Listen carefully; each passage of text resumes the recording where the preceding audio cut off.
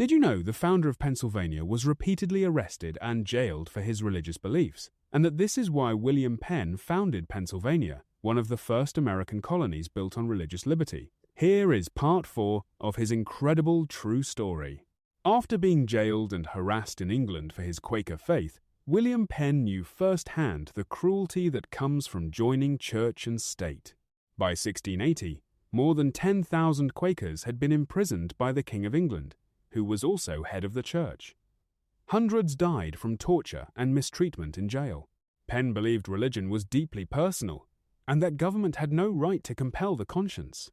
He had seen that force in religious matters often made hypocrites, people who conformed only to avoid persecution, but, as he said, never did it convert or preserve one soul to God.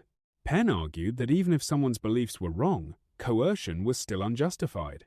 For though their consciences be blind, yet they are not to be forced. Such compulsion giveth no sight, neither do corporal punishments produce conviction. Penn also noticed a connection between religious liberty and economic prosperity.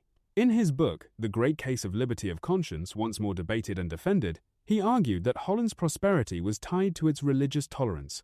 For these reasons, Penn wanted to create a place that protected religious liberty, but he knew England was unlikely to provide it.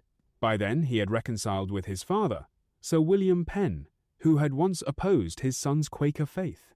When his father died, Penn inherited his estates and lands, and as Providence would have it, the King of England still owed his father a large, unpaid debt. Instead of collecting the money, Penn bargained for land in the New World. King Charles II granted him 29 million acres, making William Penn the largest non-monarchical landowner in the world. What would Penn do with all that land? You guessed it. He founded a colony where religious liberty for everyone was the rule. He put it in the colony's constitution, with no union of church and state to oppress dissenters. Soon, thousands of Quakers and other persecuted groups were leaving England for Pennsylvania.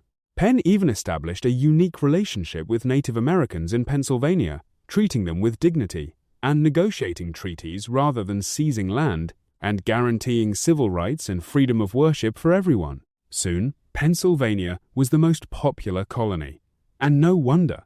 William Penn's story is part of the almost forgotten history of America. Please like and subscribe so you don't miss the next series.